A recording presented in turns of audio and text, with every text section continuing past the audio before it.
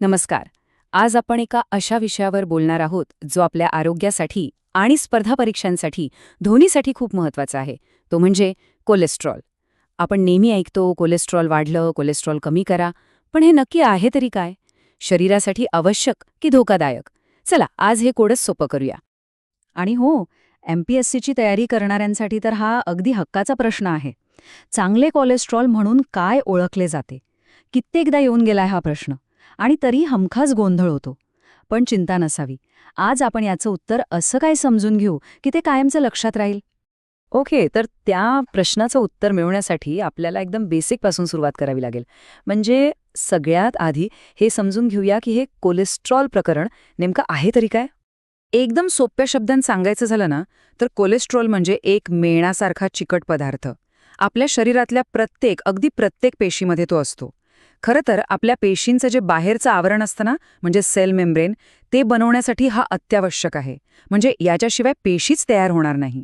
आणि हो, एक गोष्ट लक्षात ठेवा, हा पाण्यात विरघळत नाही, तो फक्त फॅट्समध्ये म्हणजे मेदात विरघळतो. बरं, मग हा कोलेस्ट्रॉल आपल्या शरीरात येतो कुठून? याचे दोन मेन सोर्स आहेत. पहिला आणि सगळ्यात मोठा सोर्स तर आपलं शरीरच आहे. आपलं यकृत म्हणजे लिव्हर गरजेनुसार कोलेस्ट्रॉल तयार करतं. आणि दुसरा सोर्स म्हणजे आपला आहार. आपण जे खातो, विशेषतः प्राण्यांपासून मिळणारे पदार्थ जसे की मांस, अंडी, दूध, चीज, लोणी, या सगळ्यांमधून ते आपल्या शरीरात येतं.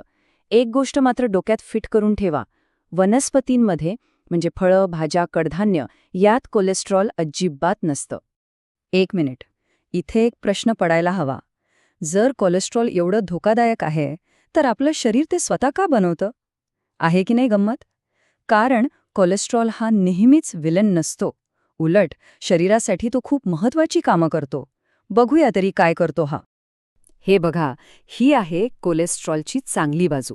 पहिलं तर आपण मगाशी पाहिल्याप्रमाणे ते प्रत्येक पेशीचं संरक्षक कवच म्हणजे सेल मेम्ब्रेन बनवतं.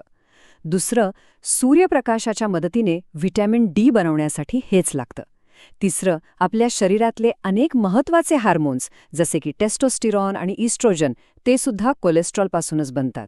आणि चौथं म्हणजे अन्न पचवण्यासाठी जे पित्त लागतं त्याच्या निर्मितीसाठी सुद्धा कोलेस्ट्रॉल आवश्यक आहे. म्हणजे बघा किती महत्त्वाची कामं आहे त्याची. मग प्रॉब्लेम कुठे आहे? प्रॉब्लेम कोलेस्ट्रॉलमध्ये नाही आहे, तर त्याला रक्तामधून एका जागेवरून दुसऱ्या जागी नेणाऱ्या गाड्यांमध्ये आहे. या गाड्यांना म्हणतात लिपोप्रोटीन्स. आणि इथेच आपल्या कथेमध्ये एक ट्विस्ट येतो, जिथे एंट्री होते एका हिरोची आणि एका विलनची, म्हणजे चांगले आणि वाईट कोलेस्ट्रॉल. चला तर भेटूया HDL आणि LDL या दोन मुख्य कॅरेक्टर्सना. MPSCची तयारी करणाऱ्यांनी ही गोष्ट खास लक्षात ठेवा.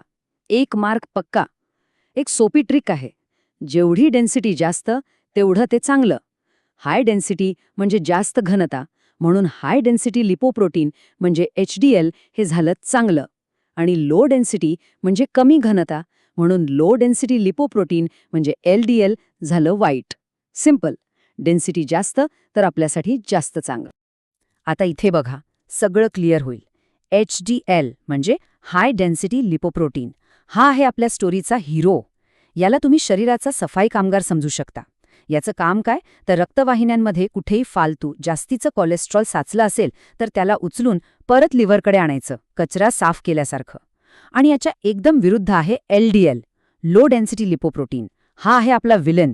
याचं काम कोलेस्ट्रॉल लिव्हरकडून पेशींपर्यंत पोहोचवणं आहे, पण जर हा गरजेपेक्षा जास्त झाला की मग तो स्वतःच रक्तवाहिन्यांच्या भिंतींवर चिकटायला लागतो आणि रस्ता जॅम करायला लागतो. थांबा. या स्टोरीत अजून एक कॅरेक्टर आहे, VLDL म्हणजे व्हेरी लो डेन्सिटी लिपोप्रोटीन. ह्याला आपण विलनचा छोटा भाऊ किंवा साईडकिक म्हणू शकतो. कारण सुरुवातीला हा वेगळा असला तरी रक्तात फिरता फिरता याचं रूपांतर पुढे जाऊन त्या मेन विलन म्हणजे LDL मध्येच होतं. तर मग बघूया की हा विलन LDL जेव्हा कंट्रोलच्या बाहेर जातो तेव्हा तो शरीरात नेमकं काय नुकसान करतो. ही गोष्ट हळूहळू घडते टप्प्याटप्प्याने. स्टेप 1, रक्तामध्ये LDLची लेवल वाढते. स्टेप 2, हे जास्तीचं LDL आपल्या रक्तवाहिन्यांच्या आतल्या बाजूला चिकटायला लागतं आणि तिथे एक थर जमा होतो, ज्याला प्लाक म्हणतात. स्टेप 3, जसा हा थर वाढत जातो तशी आपली रक्तवाहिनी आतून अरुंद होत जाते. अगदी एखाद्या पाईपमध्ये शेवाळं किंवा कचरा जमा होऊन तो ब्लॉक होतो ना, तसंच काहीसं. स्टेप 4. शेवटी रस्ता इतका रुंद होतो की रक्तप्रवाह नीट होऊ शकत नाही आणि जेव्हा हृदय किंवा मेंदूला पुरेसं रक्त मिळत नाही तेव्हा त्याचा परिणाम होतो हार्ट अटॅक किंवा स्ट्रोक. मग धोकादायक लेवल कोणती म्हणायची?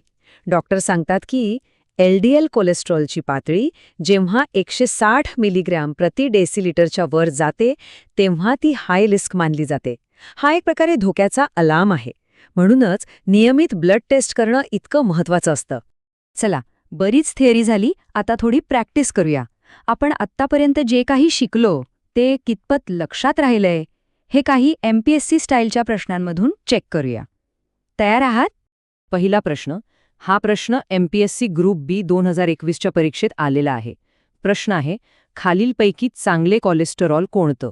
ऑप्शन्स आहेत A. LDL, B. VLDL, C. HDL आणि D. LDL व VLDL. आठवा, आपला हिरो कोण होता? Yes, correct. उत्तर आहे ऑप्शन C. HDL.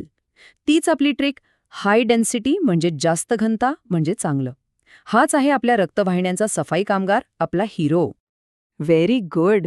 आता पुढचा प्रश्न. रक्तातील कोणत्या घटकाची पातळी वाढली की हार्ट अटॅकचा धोका वाढतो? आता आपल्या विलनला ओळखायचंय. आणि याचं उत्तर आहे option B. LDL, low density lipoprotein. हाच तो विलन जो जास्त झाल्यावर रक्तवाहिन्या ब्लॉक करतो आणि धोका निर्माण करतो. तर आजच्या या सगळ्या चर्चेचा सार काय? सार हेच की कोलेस्ट्रॉल स्वतःच चांगलं किंवा वाईट नाही. महत्वाचं आहे त्याचं बॅलन्स. HDL हा आपला मित्र आहे आणि वाढलेलं LDL हे शत्रू. ही माहिती परीक्षेसाठी तर उपयोगी आहेच, पण आपल्या रोजच्या आयुष्यासाठी आणि आरोग्यासाठी त्याहूनही जास्त महत्वाची आहे. म्हणूनच जाता जाता एक विचार करण्यासारखा प्रश्न. आपल्या शरीरातल्या या हिरो आणि विलनचं संतुलन राखण्यासाठी योग्य आहार, व्यायाम आणि तणावमुक्त जीवनशैली यावर आपण खरंच लक्ष देतो का?